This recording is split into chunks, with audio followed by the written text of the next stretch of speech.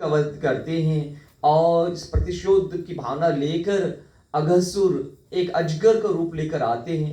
8 मील का शरीर होता है, अपने बड़े से मुख खोल के रखे हुए थे।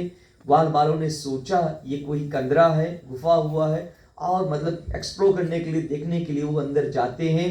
और जब कृष्ण देखते हैं कि ग्वाल बाल सब अंदर जा रहे हैं, तो क्या करते हैं, कृष्ण भगवान श्री कृष्ण भी अंदर जाते हैं और उस समय अजगर रूपी अघसुर अपने मुख को बंद कर देते हैं। भगवान कृष्ण ने बहुत ही विशाल रूप धारण किया उनके अंदर, और उनकी श्वासा रुक जाती है। अंत में अपने प्राण को त्यागते हैं अघसुर और चतुर्भुज रूप को धारण कर लेते हैं। तो यहाँ पर कहते हैं कि सब देवता ये चकित हो जाते हैं कि किस प्रकार से अघसुर जैसा, मतलब ऐसे ये जो मतलब भगवान का भक्त भी नहीं है, एक असुर होकर, और वो भी मारने के लिए आए थे भगवान को, कैसे वो चतुर्भुज भगवान विष्णु जैसा ही रूप प्राप्त कर दिया। तो वहां पर बतलाया जाता है कि उन्होंने भले थोड़े देर के लिए ही, परंतु कृष्ण का स्मरण किया था, याद किया था, मन मना उनको याद किए थे। उस याद करने से अंतिम समय में कहते हैं, भागवत गीता 8वां अध्याय 5वें श्लोक में कहते हैं, अंतकाले चामाम एव स्मरण मुक्तवा कलेवरम यप्रयाति समद्भावम याति नस्यत्र संशया। जीवन के अंत समय में जो कोई भी कृष्ण के विषय में याद करते अपने शरीर को त्यागेंगे, वो क्या होगा, वो भगवान श्री कृष्ण के पास पहुंच जाएंगे। चाहे उनको स्वरूपीय, सौलोक्य इत्यादि प्रकार की मुक्तियों की प्राप्ति हो। तो अभी यहाँ पर उन्होंने अंत समय में भगवान के विषय में भगवान श्री कृष्ण को याद किए थे, इसलिए उनके धाम मतलब वैकुंठ धाम में चले गए। और 6ठे श्लोक में कहते हैं, 8वें अध्याय 6ठे श्लोक में कहते हैं, यम यम वापि स्मरण भावम तेजन्त्यन्ते कलेवरम तम तमेवति कौन्तेय सतत भाव भाविता। जिस जिस भाव का स्मरण करते व्यक्ति अपने प्राण को त्यागता है, निसंदेह उसी स्वरूप को वो प्राप्त करता है। अगर मृत्यु के समय जैसे मर रहे हैं, अब कुत्ता के विषय में सोच लिया कि तुम्हें को कौन खाना दे, दूसरे जीवन में क्या होगा, तुम ही बनेंगे, पूछ होगा। अंतिम समय में मर रहे हैं और औरत आगे खड़ा के रोए, कौन हमें देखी, कौन हमें दुलार करे, और रोता। तो अभी जो उनका औरतिया साड़ी पहनता रहा या कमीज पहनता रहा, वही एकदम पहननी पड़ी। अंतिम समय में जो भगवान श्री कृष्ण भागवत गीता की 8वें अध्याय 6ठे श्लोक में कहते, जो भी स्मरण करते हो शरीर को त्यागेंगे, निसंदेह उसी स्वरूप को प्राप्त करोगे। राजा भरत, जिसके नाम से भारत देश विख्यात है, उन्होंने अंत समय में एक हिरण के विषय में सोचते हुए प्राण को त्यागे, और दूसरे जीवन में वो हिरण बन जाता है। तो हमारी चेतना क्या होती है, तो इस समय हर समय भगवान श्री कृष्ण का ही चिंतन होना चाहिए। ठीक है, तो आज चले श्रीमद् भागवतम की। अब यहाँ पर जब भगवान श्री कृष्ण अघसुर का वध करते हैं, तो वहां से गंधर्व दुर्वी बजाते हैं और देवता पुष्पों की वर्षा करते हैं। महर लोक, जनलोक, तपलोक इत्यादि में सब उत्सव मनाया जाता है। और ब्रह्मा जी देखते हैं, अरे ये सब लोग क्यों उत्सव मनाए, आज कौन सा फेस्टिवल है ना? कौन सा फेस्टिवल, दीपावली इत्यादि तो नहीं, कौन सा फेस्टिवल मनाया जा रहा है? तो अभी देखते हैं कि अरे सब ये छोटा सा बालक का गुणगान कर रहे, छोटा सा बालक का गुणगान कर रहे, इसका क्या गुणगान हो रहा है? तो अभी वो चकित हो जाते। तो वो सब उनको मतलब परमेश्वर कहकर उनकी स्तुति कर रहे हैं, उनके ऊपर पुष्पों की वर्षा कर रहे हैं। और मैं ये आज तक कि ये कैसे परमेश्वर हो सकता है, इतना छोटा सा बालक है, ये कैसे भगवान हो सकता है? तो अपनी शक्ति दिखाने के लिए और भगवान श्री कृष्ण की शक्ति को आजमाने के लिए अभी वो क्या करते हैं, भगवान श्री कृष्ण जब अपने सखाओं सहित अब यहाँ पर बैठे हुए हैं, जो जो वस्तु लेकर आए थे खाने के लिए, मतलब अभी अघसुर का वध हो गया, तो वो बैठकर अपने यार दोस्तों के साथ में, ग्वालों के साथ में जो कुछ लेकर आए खा रहे हैं। तो ग्वाल बाल जो कुछ भी लेकर आए खा लेते हैं और कृष्ण को खिलाते हैं ना। तो इस प्रकार से कभी कभी कहते हैं, कृष्ण अपने मुंह को खोलो, ये मीठा व्यंजन खाओ, और कुछ तीखा होता है, ऐसे उसको पागल बना रहे हैं, खिला रहे हैं, अपना झूठा खिला रहे हैं उनको। अब ब्रह्मा जी सोचते हैं ये परम ईश्वर हो सकता है कि जो झूठा खाता है, ये बालों का झूठा भगवान खा सकता है? भगवान झूठा खा सकते हैं या नहीं खा सकते? मतलब हमारा तो नहीं, परंतु भगवान के जो अनन्य भक्त थे उनका खाएंगे या नहीं? अब जैसे प्रसंग आता है रामायण में, कुछ कहते हैं, कुछ कवि कहते हैं कि भगवान ने शबरी के झूठे बैर को खाए। शबरी ने उनको झूठे करने भाव से नहीं किए, ये मतलब चख कर ये देखना कि कौन सा मीठा है वो रख लेना, जो ना मीठा हो तो त्याग देना। तो इस प्रकार से, और शायद मतलब एक पेड़ में से एक भी चख लिया जाए मीठा है, हाँ तो उस पेड़ों का मतलब जो मीठा है बैर है, तो मतलब वो जो चखे नहीं वो श्री राम जी के लिए ऐसा। अभी जैसे विदुर के घर दुर्योधन के यहाँ पर जाते हैं भगवान श्री कृष्ण, 56 भोग तैयार हुआ था। कुछ खाए थे, एक दो आइटम्स खा लेते, जैसे मतलब अभी के कुछ होते हैं भक्त होते हैं, ये सारा कुछ बना होता है, नहीं आज हम 5:30 बजे खा लिए, आज नहीं खाएंगे तो सोचते हैं अच्छा कुछ तो ट्राई कर लिया आज ना, अच्छा आज रसगुल्ला ट्राई कर लेंगे, सब चीज नहीं खाएंगे तो एक आइटम ले लेंगे।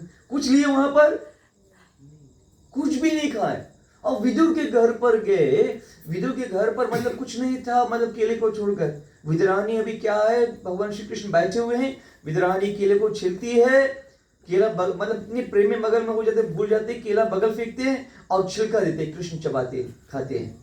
केले का छिलका कौन कौन खाएंगे? अगर मतलब औरत प्रेम से खाई लो, खाएंगे, एक तमाचा देंगे, ये क्या है, मजा आ गया ना। तो अभी यहाँ पर विदुरानी उसको केले का छिलका भी देती है, वो भगवान खा लेते हैं, क्योंकि भगवान भक्तों के अधीन है। श्री भगवान वाचा अहम भक्त पराधीनो हे स्वतंत्र द्विजा, कि मैं भक्तों के अधीन हूं, मैं अस्वतंत्र नहीं हूं। भक्त जो चाहते हैं मेरे साथ करते हैं, वो कर लेते हैं।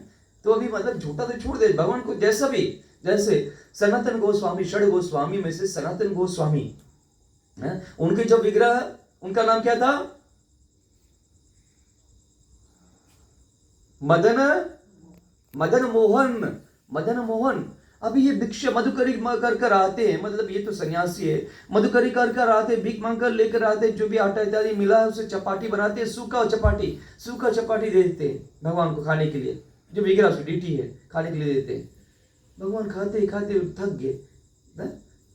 सनातन गोस्वामी रोज कल रोटी देगा, थोड़ा सी नीमक तो दे दो कि नीमक लिपट के खाई ले। वो भगवान जिनके लिए श्रीमती राधा रानी मतलब प्रतिदिन कुछ अलग अलग व्यंजन तैयार करती है, कभी भी उनका जो डिश रिपीटेड नहीं होता है। सर्वलोक के ईश्वर जो होते, षड ऐश्वर्य पूर्ण भगवान है, सहस्त्र लक्ष्मियां जिनकी सेवा में लगी हुए है, वो भगवान अभी यहाँ सनातन गोस्वामी से कहते थोड़ा नीमक मिल जाए, बोले ना, कब तक बोले झूरा रोटी खाई ना, मतलब कुछ नहीं होता तो पहले, मतलब कुछ नहीं होता तो कम से कम चीनी रोटी मिल जाए या नमक रोटी। अभी तो बच्चे नहीं खाए होंगे, कभी खाए? नहीं खाए। कौन खाए कभी नमक रोटी या चीनी रोटी? मैं घर पर मतलब ये पहले होता था कि लाल चाय और मतलब चीनी रोटी या नमक रोटी मुझे बहुत बड़ा चीज है, तो अभी वो के लिए बोले नमक रोटी भी दे दो, इतना भी चलिए। बोले अभी बोले आज मांगेगा नीमक, बिहार बताया घी थोड़ा लगा दो उसमें, बोले लगा के दो ना, फिर बताया कि सब्जी एक सब्जी दे दो, तो हम बोले बढ़ते जाए, बोले हम नहीं सकता, बोले भैया हम सनातन मतलब चैतन्य महाप्रभु ने दिया है मुझको मतलब शास्त्रों को लिखने के लिए, कहाँ पर ये सब ढूंढ कर लेकर आऊं, मधुकर कर तुम्हारे पेट को भरूं या मैं शास्त्रों को लिखूं? भगवान को बता रहे हैं सनातन गोस्वामी, तुम्हें चाहिए तुम इंतजाम करो। अभी भगवान इंतजाम करते, एक नौका जा रहा था, उसमें ढेर सारा सामान था, नमक इत्यादि भी था, तो अभी भगवान उसको एक जगह पर मतलब नदी में कांसा कर देते हैं, मतलब चढ़ जाता है बोट, आगे को नहीं जा रहा है, तो वो आते लोगों से पूछा, तो लोगों ने बताया सनातन गोस्वामी वो आप पर कृपा कर सकते हैं, वो आशीर्वाद देंगे तो नौका आगे जाएगा। तो अभी उन्होंने कहा मैं क्या करूं, इसके पास जाओ, ये ईश्वर इनसे मांगो।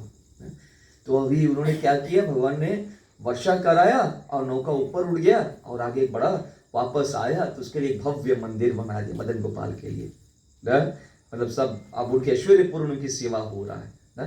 तो इस प्रकार से भगवान अपने भक्तों के अधीन होते हैं, जो कुछ भी दिया जाए। जैसे कर्मबाई जगन्नाथ भगवान को देख लिया जाए, 56 भोग उनको मिलता है। मतलब जगन्नाथपुरी में भगवान को भोग लगाया जाता है, जैसे हाथ धोया जाता है, अस्त्र मुख प्रक्षालन, उनके हाथ और मुख को धुलाया जाता है। जब तक झुराए भी नहीं पावे, हाथ गीला होता है, फिर सिलेक्ट सेव कर देते हैं, खाओ। दिन भर खाते रहते हैं। जगन्नाथपुरी में भगवान को दिन भर दिया जाता है, ऐसा कोई भी समय मतलब चलते रहता है, देते रहते हैं उसको। जैसे एक दफा सेव किया जाए, हाथ धुला देते, फिर से लाकर सेव कर देते हैं, ऐसा होता है। और वो जाकर कहाँ खाते हैं? खिचड़ी। कर्मा बाई जो है उनके पास ना, जाए खिचड़ी खाए वहां पर। अब मंदिर में सब कुछ 56। अभी यहाँ पर नहाए भी नहीं पावे माता जी, सुबह उठकर पहुंच जाए उसके पास। जैसे सुबह हुआ, मंगल आरती के बाद चले जाए वहां पर, मनता खाए, मनता खीर, मनता अरे खिचड़ी खाए, मनता। तो अभी नहाए टाइम भी नहीं, नहाए के अभी सब ये करेंगे, पूजा करेंगे और फिर तब बनाएंगे, देर हो जाए। खाली बनाओ, तुम कोई रकम से बनाओ। अभी ये जो मतलब वो दातुन भी करते, कभी कोई चम्मच नहीं होता, उसी से ही चला देते थे ना। और जब पुजारी को पता चला कि वहां जाए खाओए, पूछे कौन सी तुम्हें यहाँ कमी मंदिर में ना, कितना भव्य तरीके से सब चीज देता, कौन सी तुम्हें वहां कमी है ना? तो अभी उसके जब बता थोड़ा जब बनाएंगे, जब नहीं वो क्या है, ठाकुर आज तुम्हारा घर मांगे खाओगे तो थोड़ा सफास तो बना, बोले ना, नहाए धोए के। अब जब नहाए धोए के बनाओ तो देरी हो जाए। और खिचड़ी जामे ऐसी चीज है, जब तक ठंडा नहीं हुए ना तो उसको खाओ, मतलब गर्म गर्म तो मुख जल्दी। अब भगवान जल्दी जल्दी खाए खाओगे, दर्शन खुले, मुख में लगा रहे खिचड़ी, हाथ में खिचड़ी लगा रहे ना। अब पुजारी को तो पता है, अच्छा राइट, तुम बनाओ, जैसे भी बना मतलब बनाओ, कल इसे खवाओ ना। कर्मा भाई कि जल्द कर्मा ना, तो कर्मा भाई ना कि जल्दी करो। तो उसको हर बार कहते किसी का, जब कर्मा भाई अपने शरीर को त्याग कर दिन धाम को जाते, भगवान रोते, जगन्नाथ भगवान रोते हैं, पुरुषोत्तम भगवान रोते हैं कि आप मुझको कौन खिचड़ी बनाए कर देंगे ना।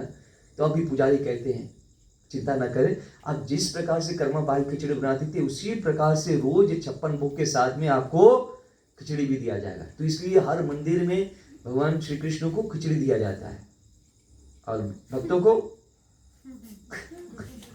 खिचड़ी बना दी से तो उससे मतलब रहता भी हो, दही भी हो, नहीं बहुत मुश्किल होता है। तो भगवान को बहुत आनंद मिलता है। जो भक्त जो कुछ भी देते हैं ना। एक इस्लाम व्यक्ति था जगन्नाथपुरी में, इस्लाम यावन व्यक्ति। अभी उनके मन में आया है कि मतलब सब लोग कृष्ण की सेवा में लगे, जगन्नाथ भगवान की सेवा में लगे हुए, मुझे भी किसी प्रकार से उनकी सेवा करना है, किसी प्रकार से सेवा करना है। मैं कोई कुछ बनाकर मैं उसको व्यंजन तैयार करूं, क्या दूं। तो अभी जगन्नाथ भगवान उनके सपने में आए कि अभी तुमको खाजा बनाना है, मुझे खाजा बहुत ही प्रिय है। उस समय खाजा का रेसिपी किसी को नहीं पता था।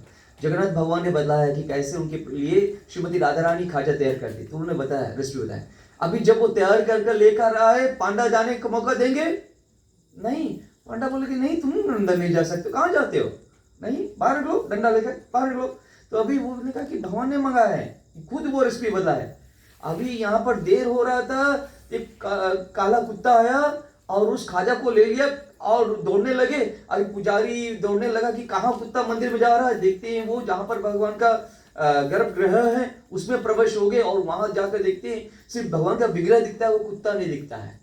तब वहां से फिर स्वप्न में आता है कि अरे तुम लोग इतना बातचीत कर रहे थे, देर कर रहे थे, मुझको तो भूख लगा था, मुझे खाजा चाहिए थे ना, देर ना हो इसलिए मैंने उसको खा लिया, तो मुझे भी रोज खाजा चाहिए। तो खाजा सिर्फ बनाते थे, मतलब पूरी में ऐसा होता है खाजा कि जैसे बना है और उसको सिरप में सिर्फ डालते हैं, भगवान वेट नहीं करते कि तुलसी पत्र में रख दो, ये घंटी बजाओ, उसको खा जा, भगवान उसको खा लेते हैं। तो भगवान को ये सब बहुत ही प्रिय होता है ना। कई से लीलाएं करते हैं ना भगवान को कि मतलब अभी जो कुछ मिला, तो ये नहीं, जो भी उनको मतलब भक्त जो कुछ भी अर्पित करते हैं भगवान उसको ग्रहण कर लेते हैं ना। भागवत गीता में 9वें अध्याय में कहा गया है, पत्रम पुष्पम फलम तोयम यो मे भक्त्या पृच्छति तदम भक्त्या प्रथम अश्नामि प्रत्यात्मना। ये भक्ति भाव से भक्त जो कुछ भी सात्विक वस्तु अर्पित करते, जैसे आज यहाँ पर अर्पित किए ना, अभी भोग लेकर गए और उसमें क्या है साथ में, पत्रम क्या रखा गया है, तुलसी पत्र से जो कुछ भी भोग लगाते हैं ठाकुर उसे स्वीकार कर लेते हैं ना, उसको स्वीकार कर लेते हैं।